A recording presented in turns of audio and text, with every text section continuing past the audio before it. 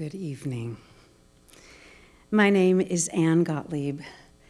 Dewey's wife, Kathy, has asked me to begin this evening's celebration of Dewey, and it is my honor to welcome you all. We thank you for coming. There are family and friends here tonight from Tennessee, Florida, North Carolina, Louisiana, Missouri, Wisconsin, Washington State, California, Colorado, Virginia, Delaware, New York State and City, Vermont, Connecticut, and I'm sure we've missed someone somewhere, but please, thank you all for coming. Dewey worked on projects, many, right here in this beautiful theater, so we thought it was the most appropriate venue in which to gather. And I worked with Dewey as an actor on 7 projects, and some of them in this very theater. Dewey was my friend, a rare talent, a tremendous collaborator. His compositions, as you just heard, intimately evoke a world for audiences. And I can say for some of us here, his music shaped and accompanied the invisible work that happens for actors and directors and designers throughout a rehearsal. Thank you also to the Calderwood staff, tonight's production team, and Dewey's friends, Jonathan Marco, for coordinating the live music, which is great, and John Lupfer of Q Division Studio for his donation of the musical equipment. Dewey led a full life in music. He was a bass player, both electric and acoustic. He performed rock, pop, cabaret, jazz, and classical. He studied composition and arranging at Berklee and evolved to be an instrumental composer for film, TV, advertising, podcasts, corporate industrials, and theater. He was a teacher in the classroom for music theory and privately for bass instruction.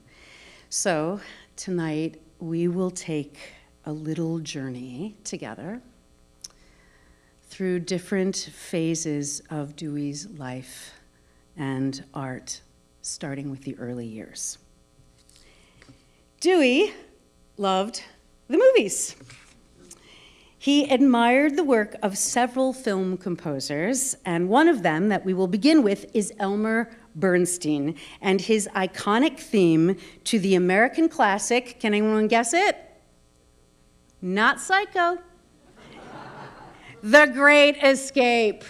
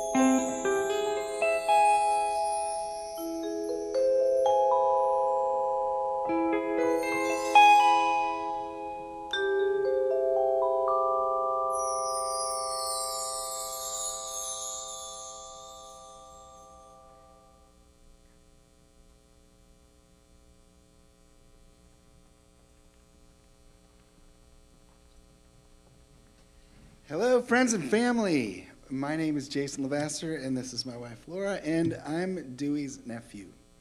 We currently work at Camp Tamanis, which is a summer camp that Dewey attended as a young lad, and all of his brothers, my uncles, also attended Tamanis. All of my siblings and cousins, Dewey's nieces and nephews, were campers and counselors as well at connected camps.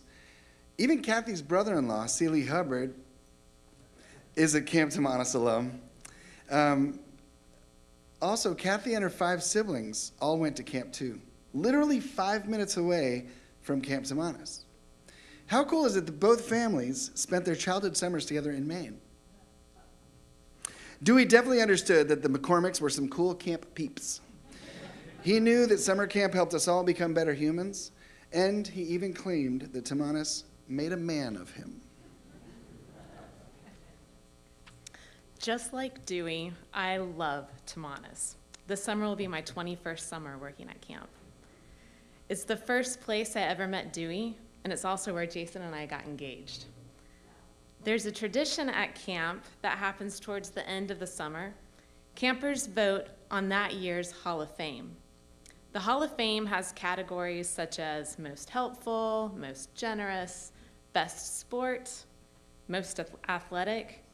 And if you make the Hall of Fame, your name will go on that year's plaque and it will be displayed in the dining hall for eternity. It's a big deal. There's a category on the Hall of Fame called Best Junior Camper. To be voted the best junior camper, all of the campers and counselors pretty much agree that you are awesome, a rock star, and respected by all. To be the best junior camper at Tamanis is a pretty big deal. So it should not be surprising when I tell you that Dewey was the best junior camper 2 years in a row.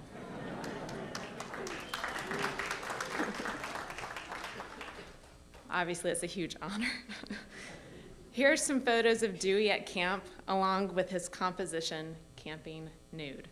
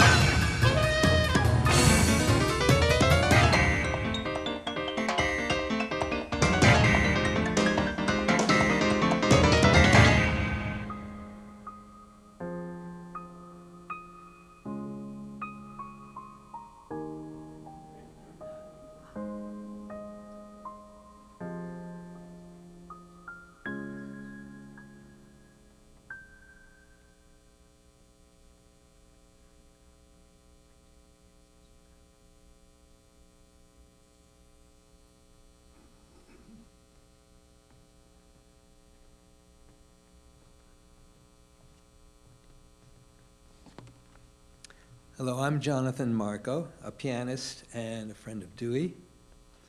In this section of tonight's program, we reflect on Dewey's life as a performer.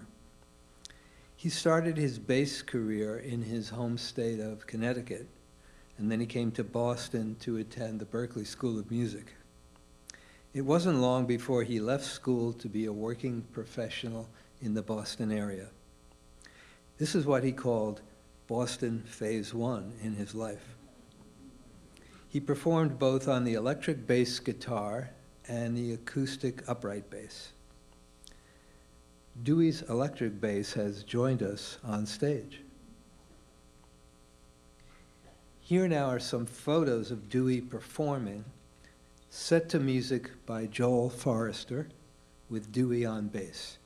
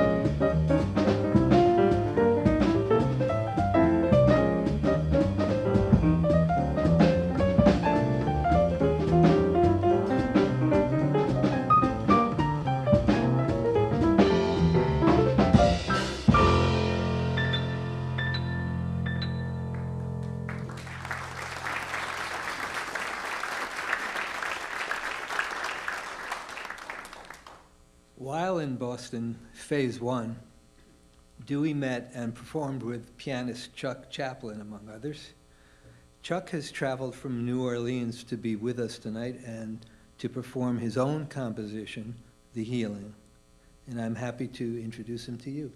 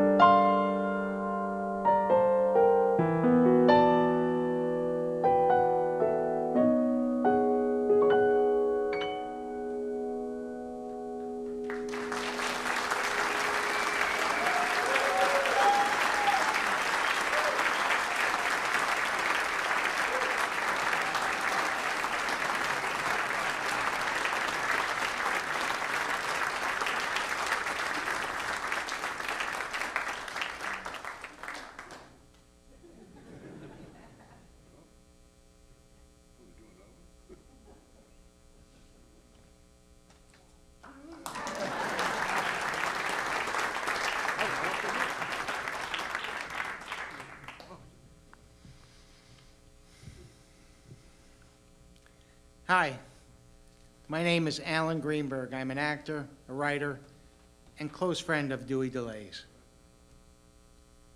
Wait a second, you know, everyone I've spoken to tonight is a close friend of Dewey Dellay's. So what the hell does it mean for me to be a close friend? Everybody's a close friend. I'm gonna correct that.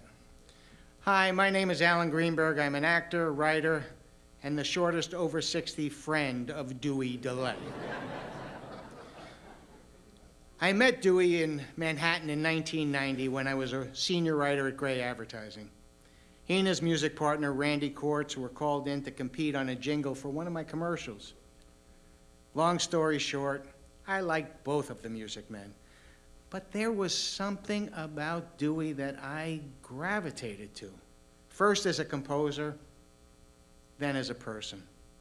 Soon after our initial meeting, Dewey went out on his own and subsequently became my go-to music guy and my Manhattan buddy. Although I grew up on Long Island, I did not know Manhattan that well, and Dewey became my personal ambassador.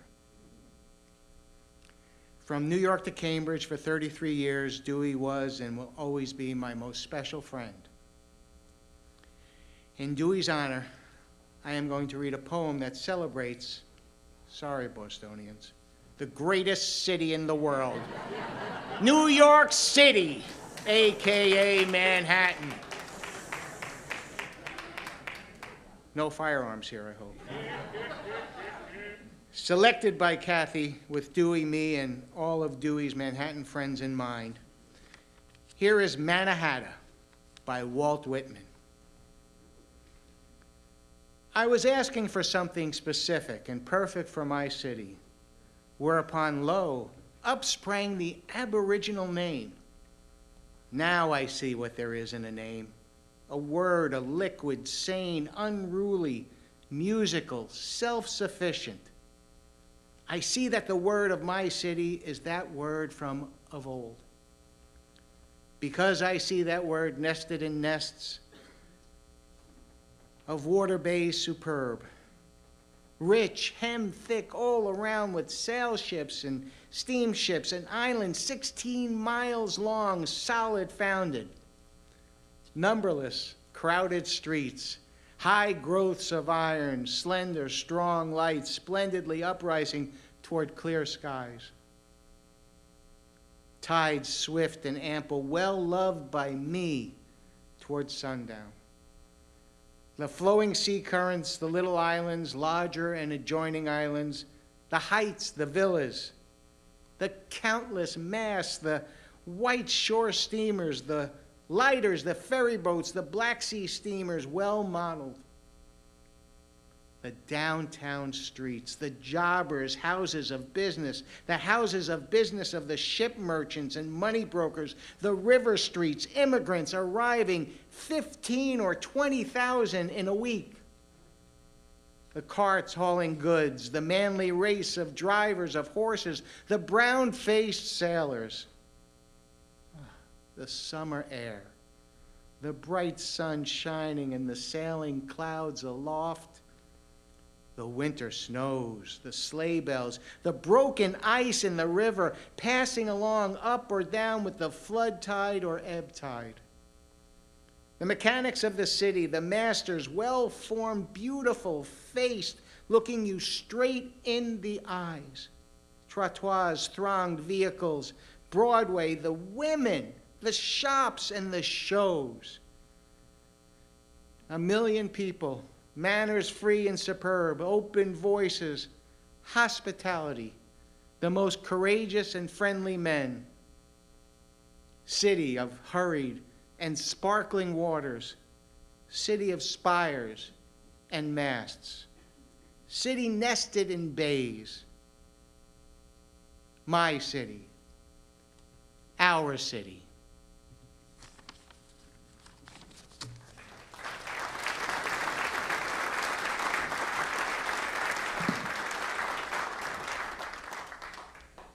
I first met Dewey when I moved to Manhattan to pursue a music career.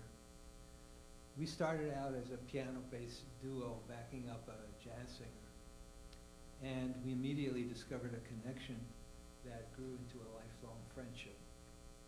We would get together in my small studio apartment in Greenwich Village on a regular basis to play piano, bass, jazz duos.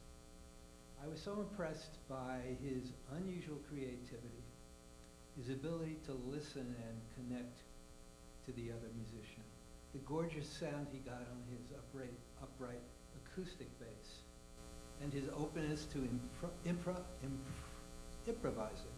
new music outside of traditional bounds. Not to mention the wonderfully goofy sensibility and appreciation of unmitigated silliness that we shared. When I got married, my wife Beth and I loved spending time with him, and when Dewey married his love Kathy and eventually moved to Cambridge, we all remained close friends. I'm going to play some music by bassist and composer Steve Swallow that Dewey introduced me to. Swallow is a jazz bassist who Dewey and Kathy knew, known for his collaborations with jazz luminaries like Gary Burton, vibraphonist, and Carla Bley, composer and pianist. I'll play a short suite of 2 swallow tunes that Dewey and I loved playing. First, Falling Grace, which then segues into I'm Your Pal. If this winds up sounding like a love song, that's because it is.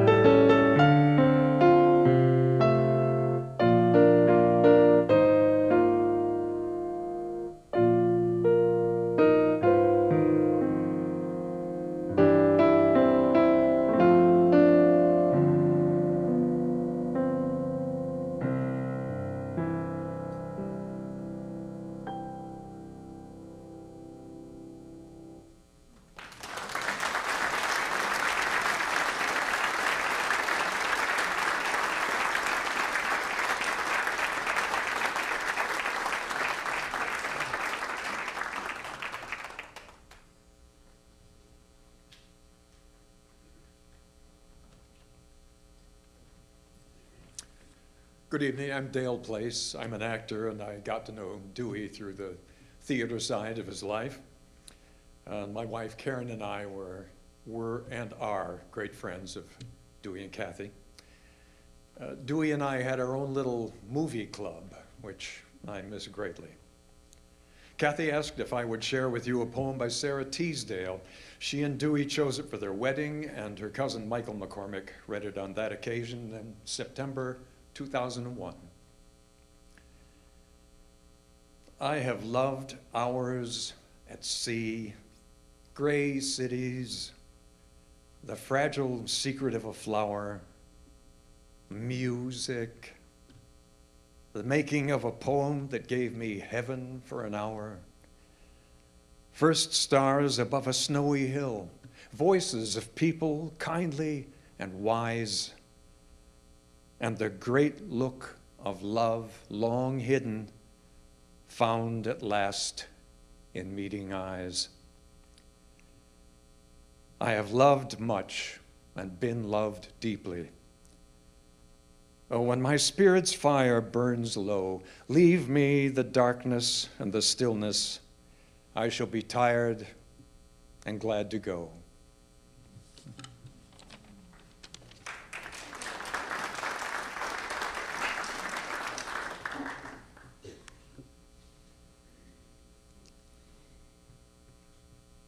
This is a letter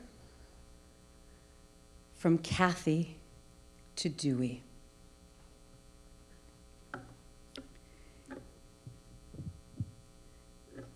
Dearest Dew, not sure where you are, but miss you terribly, as do we all.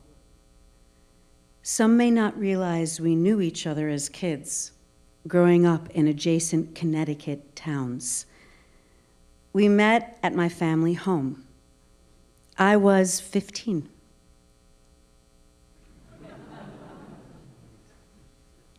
You were 17.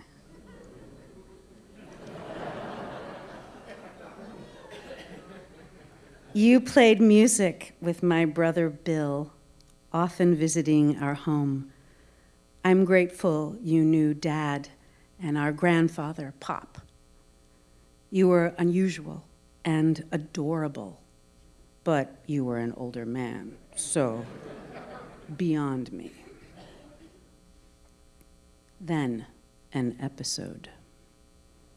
My brother John, age 5, usually at the playroom table, fixated on his projects while teenagers, including you, parading in and out.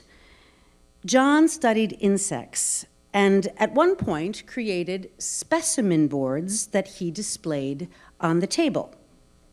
One day, I went to the road to check the mailbox. I opened it and was stunned. There inside,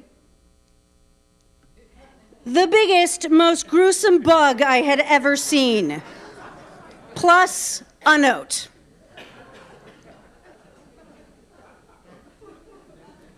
What hipster would so thoughtfully observe a little kid? Who would think of a big bug drive-by drop-off? And I thought, this is the most magical boy ever created.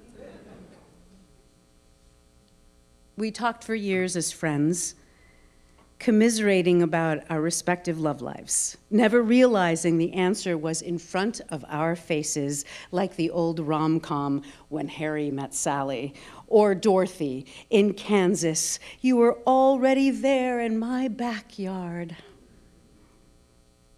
How I regret being such a dunce, not figuring it out sooner. And I wish I'd left more of life's fraught topics at our door. When time runs out, worry has wasted too much of it. As a kid, you loved tormenting your mother. You hid exploding papers in her ashtrays, dummies in her closet, so they'd fall out when she opened the door. And you even pushed dummies down the stairs to make her shriek. Your physicality was like a nimble vaudevillian Perhaps this came from your uncle Gene Dellay, a champion New Jersey roller skater. You called yourself Gumby.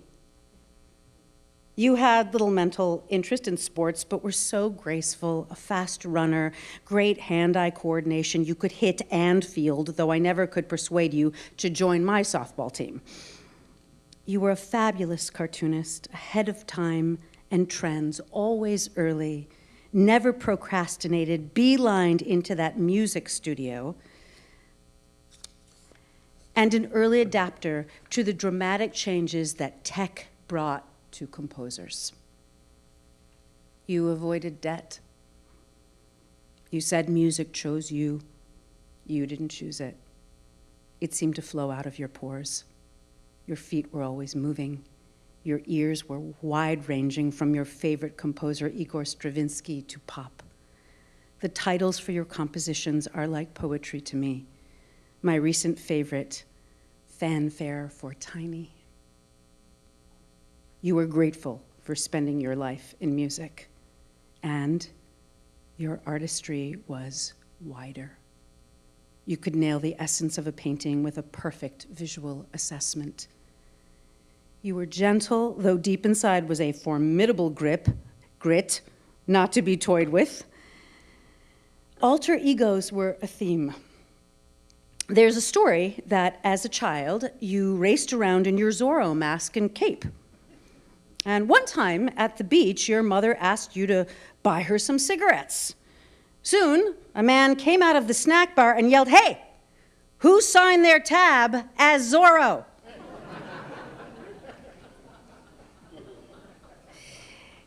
And in elementary school, you decided to change your name to Kim.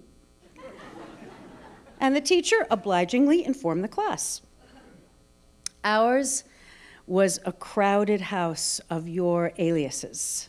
In New York, you described yourself as a troll under the Brooklyn Bridge. One of my favorites was Armando Sachet, another Dandy Delgado, and Dondi, or Binky Boy.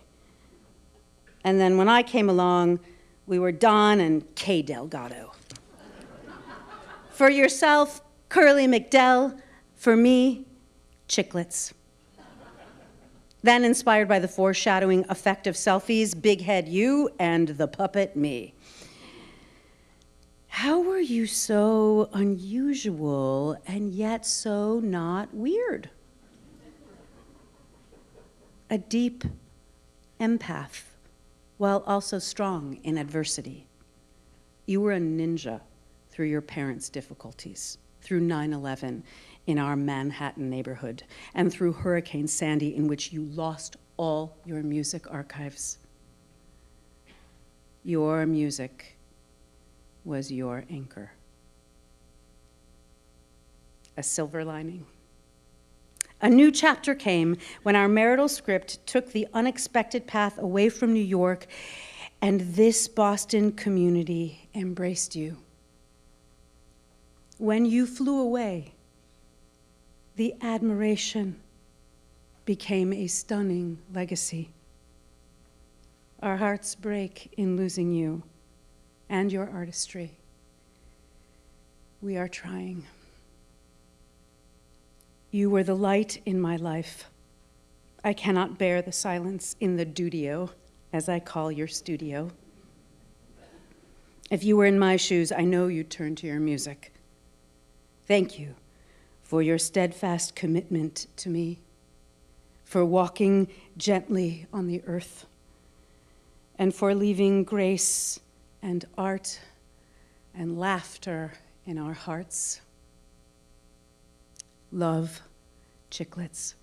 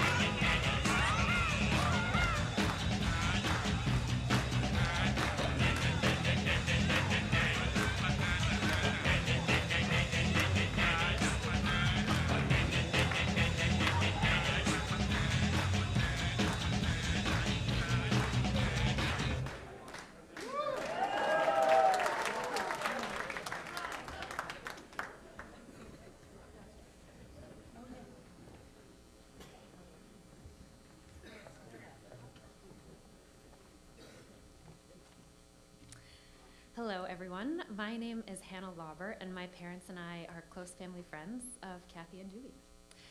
When I was a child, my parents and I were fortunate enough to spend a week on Martha's Vineyard with Kathy for many summers. Every so often, Kathy brought friends with her. And one year, she brought a man she had been dating for a few months. Even as a child, I knew Dewey was special, and though the trips before him were never short on laughs, he took fun to an entirely new level. Maybe it was seeing him and Kathy together, a couple that is truly more than the sum of their parts, that elevated the merriment. In any case, he made quite an impression on me. I think I was 10 at the time and had recently come into the possession of a hand-me-down teddy bear, even though I was probably a bit too old for that at that age. The bear had a goatee, just like Dewey, and I named the bear Dewey after knowing him for just 1 week. Luckily, things worked out between him and Kathy because otherwise I would have had to rename the bear, and trust me, there is no other name for this bear. No other being, aside from Dewey Dellay, can pull off a goatee quite so well. The Dewey bear kept me company in my room until I went to college, and was always on my bed to greet me whenever I came home to Boston. Until recently, I thought of him just as a reminder of the happy times our families had together. I didn't fully understand the significance of naming the bear Dewey until I was trying to make sense of the loss of our dear friend. I happened to mention the Dewey bear story to a therapist I was seeing. He pointed out how important the naming of a teddy bear is, a most intimate friend to a child, and one of the few things they can control in their lives. To name a stuffed animal after someone isn't just to like them, or even to love them, but to feel a deep sense of security in their presence, to connect with them on a deeper level. And I'm so honored to say that our friendship bore out that truth. Dewey had such an impact on me as a child, and continues to have an impact on me as an adult. He and Kathy together introduced me to Motown and R&B music, and the CDs they made for our Martha's Vineyard trips and the epic dance parties that ensued helped me to develop a deep love for this music, and of course, some really stellar dance moves. His goofy and sometimes wacky sense of humor, ability to make people feel comfortable, and his generous demeanor, full of positivity and grace, made him the most wonderful person to talk to and filled our house with raucous laughter. Indeed, our trip to the vineyard with Kathy and Dewey and our family dinners with them in the years after are some of the happiest memories of my childhood and of my life. I couldn't have known what a tremendous man he would turn out to be, but as a 10-year-old, I had an inkling that would end up being spot on. Obviously, nothing can replace the man we have lost, but I want to recognize all of the ways that he's still with us, and for me, the music I listen to and the Dewey Bear are two of the important ones. Ladies and gentlemen, I give you the Dewey Bear. His goatee has faded just a bit, but he still has a twinkle in his eye, just like our dear friend.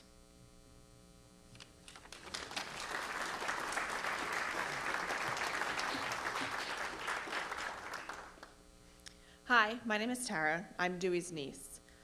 My Uncle Dewey was someone that I did not get to see often, but when I did, it was always a time that I absolutely treasured. For as long as I remember, he was there every year for Christmas, ready to play with my brother and I's new toys that we received for Christmas that morning, especially the year that Ryan got the drums.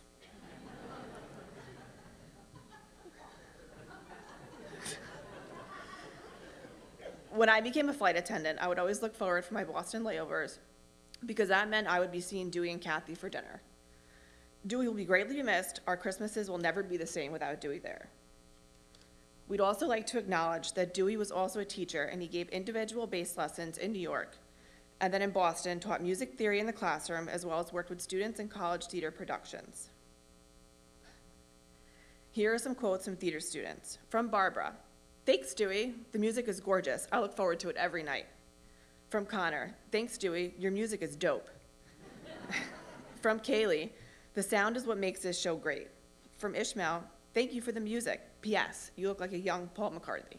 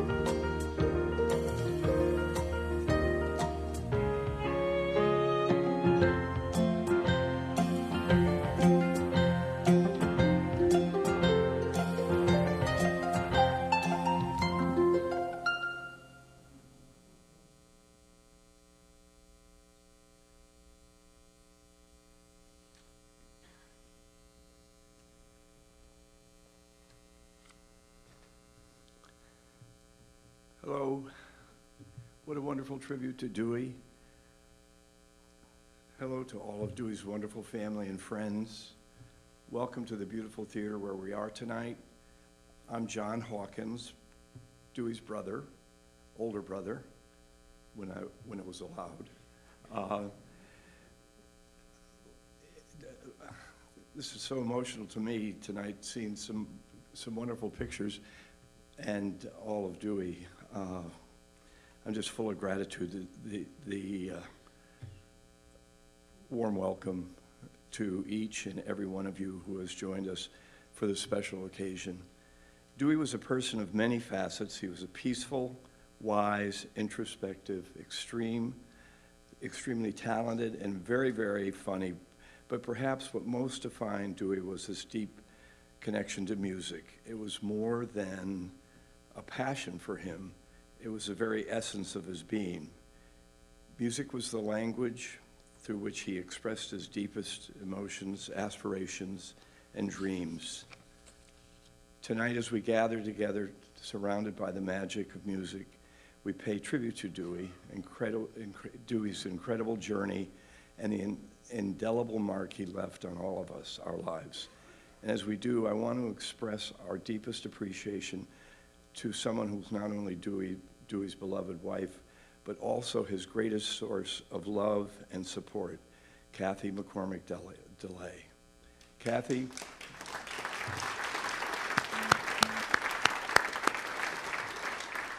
Kathy, we are eternally grateful for the love and happiness you brought to our Dewey, and for the unwavering care and support you provided him, especially during his illness. So tonight, as the music surrounds us, we'll celebrate the love, laughter, and joy Dewey brought into our lives. Cheers, Dewey. We love you. Love Rusty and Heidi, Dewey's sisters. And thank you. John McCormick is taking the stage. Make some sounds, John. Thank you. Thank you. Thank you.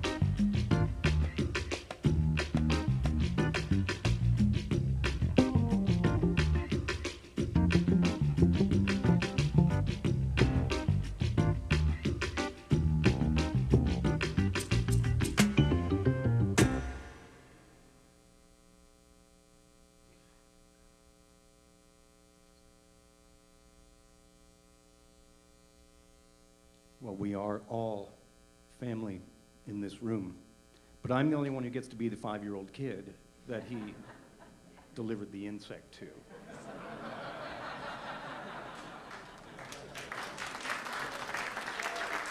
For the record, this is a very privileged position to be in, but how privileged was I as that 5-year-old to have Dewey around with my brother Bill, these two cool guys, these musicians, and I looked up to them, both Bill and Dewey, these giants, and how lucky are we that Dewey ended up in the family and giving certainly me, the amateur, me, the hobbyist musician, not one musical mentor with my brother Bill, but now 2 musical mentors. And in the end-of-life conversations I had with Dewey, his principal admonition to me was the hardest thing, which is to make your own music. Let the music that is in you resonate outward. And when we had that conversation within the day, I wrote him this composition. It is called Do Man. Enjoy.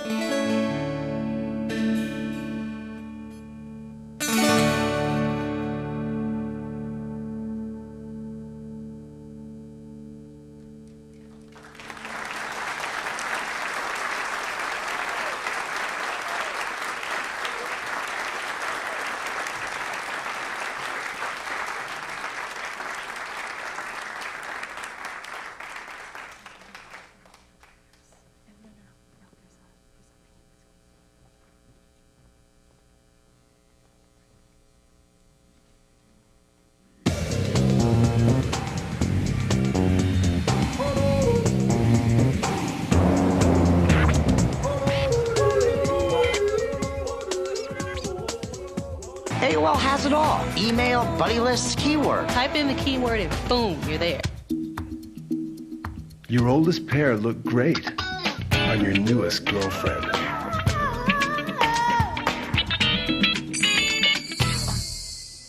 My dream is to march up Fifth Avenue in the big parade. Avandia is not for everyone. Some people may have cold-like symptoms or headaches.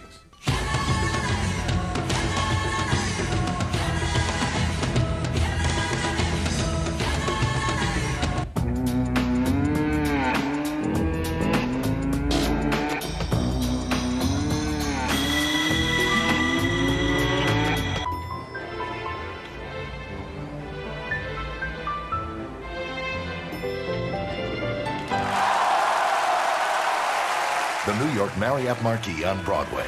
Any closer, and you'd be on stage.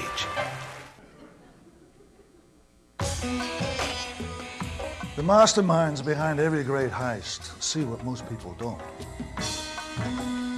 Risking everything to pull off the score of a lifetime. It takes a bold plan, the right team, and the skill to stay one step ahead of the law.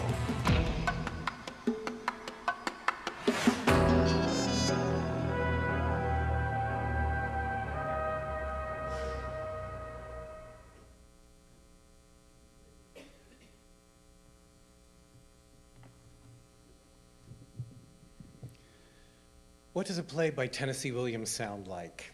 Or August Wilson? Or Shakespeare? What's the music of the betrayed heart, of believing in the wrong dream? What's the sound of kindness or forgiveness? Dewey knew. Dewey composed original scores for more than 100 New England theater productions, as well as in New York and London, receiving numerous accolades and awards, including our city's highest theatrical honor for 7 guitars just a few weeks before he left us. Dewey didn't just write music. He captured the emotional and psychological essence of a play, its soul. And he did so in ways that always surprised and delighted me.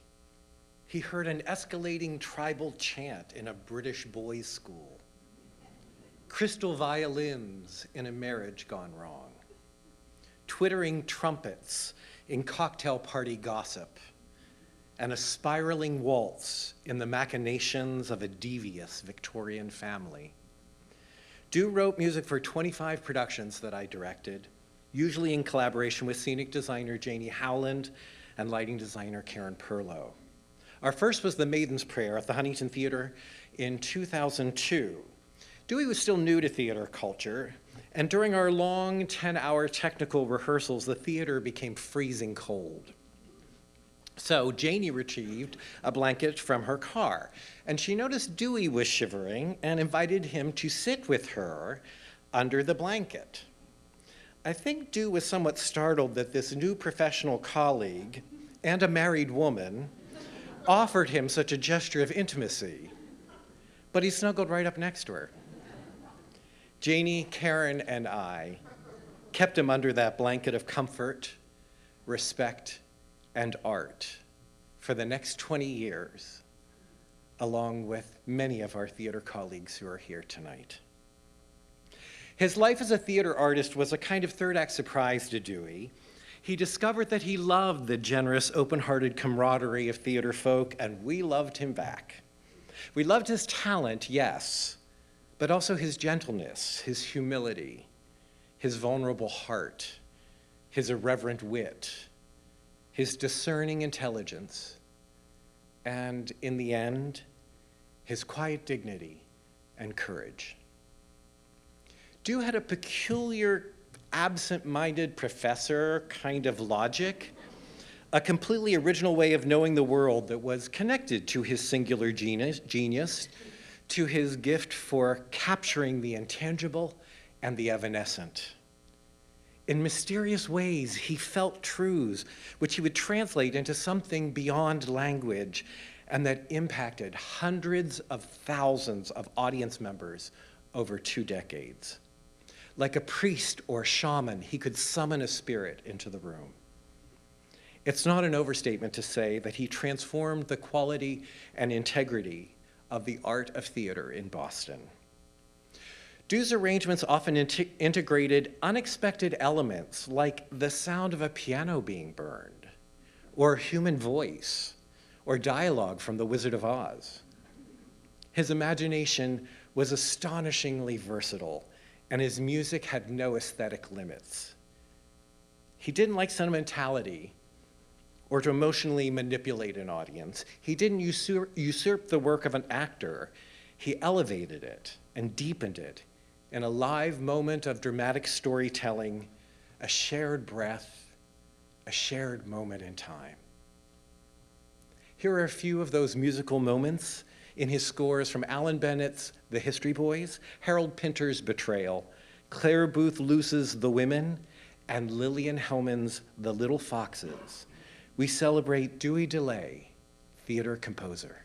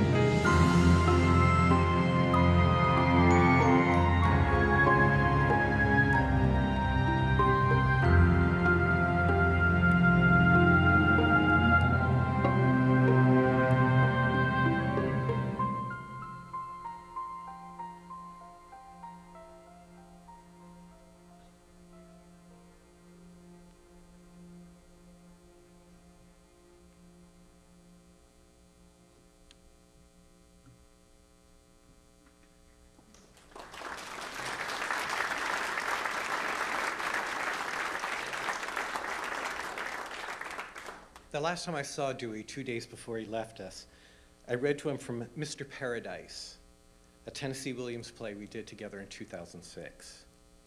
At the end of the play, as death draws near, a poet reflects on his legacy. Here is Dewey's composition for the closing speech. These are the times for weapons of destruction, not the resurrection of poets. But there's an end to everything, even to supplies of guns.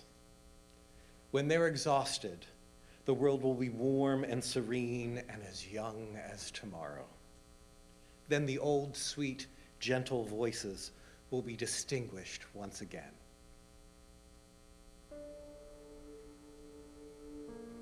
You will hear the wind in the trees and the rain on the roof and the songs of long-lost poets.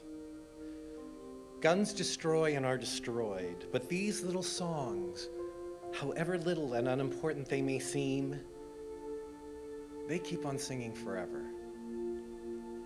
They may have their time of eclipse, but they rise again. The motion of life is upwards, the motion of death is down. Only the blindest of fools can fail to see which is going to be finally highest up. Life, my dear. Life, my dear. Life. We will keep singing. Someday the air all over the earth will be full of my songs.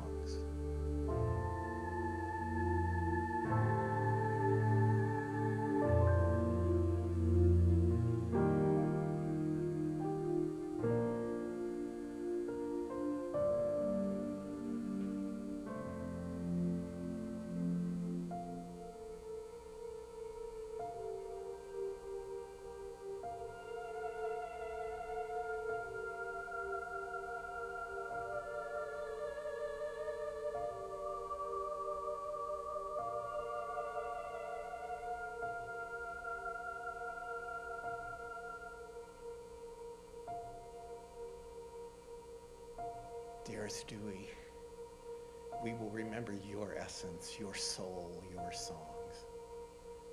We just wanted you to know we were thinking about you tonight. You were a gift to us all. Thank you.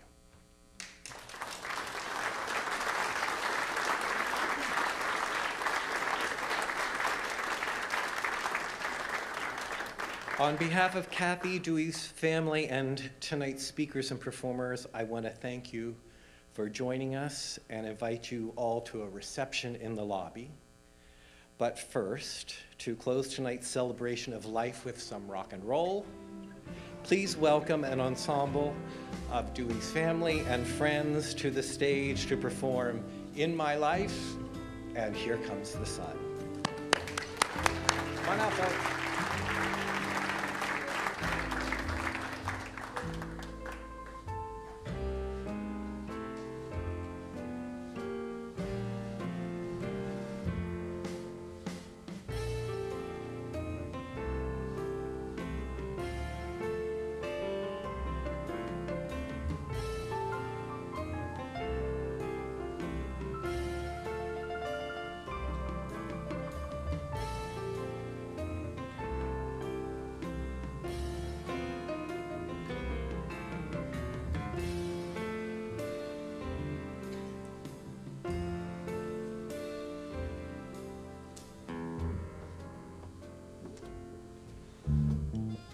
Folks, if you know the words, even if you don't, feel free to sing along.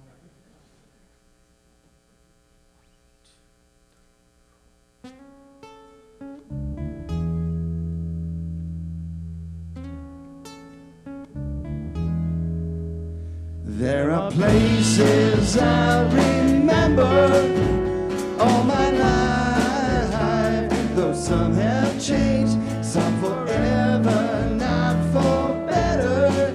Some have gone and some remain. All these places have their moments with relatives and friends I still can recall. Some are dead,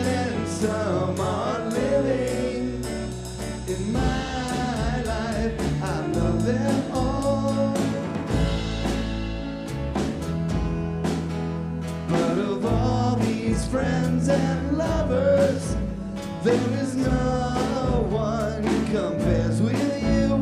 All these memories lose their meaning when I think of love as something new. Though I know I'll never lose affection for people and friends that went before. I know I'll often stop and think about them. In my life, I love them all.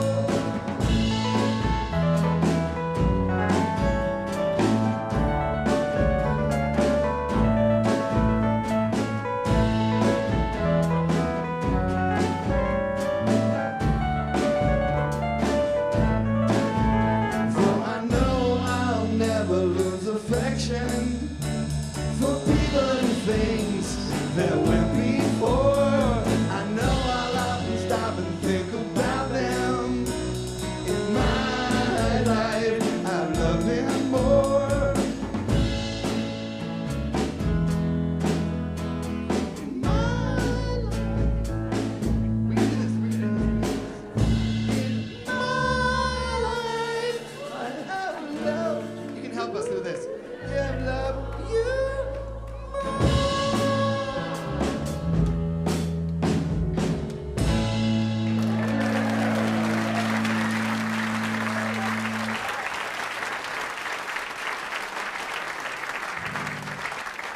Well sung, everybody. Please welcome Chuck back to the stage.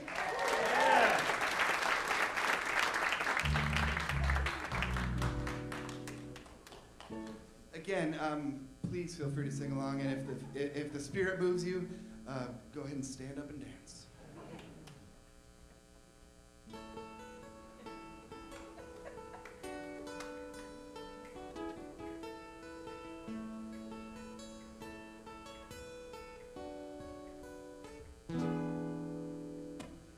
Here comes the sun, doo-doo-doo-doo. Here comes the sun, and I say it's alright.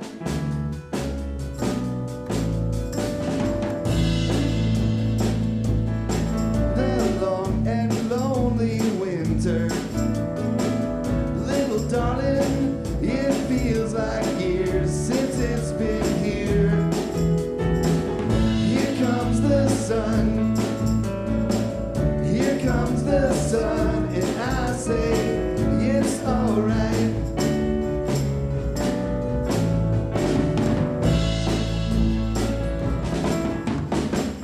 Little darling, the smiles return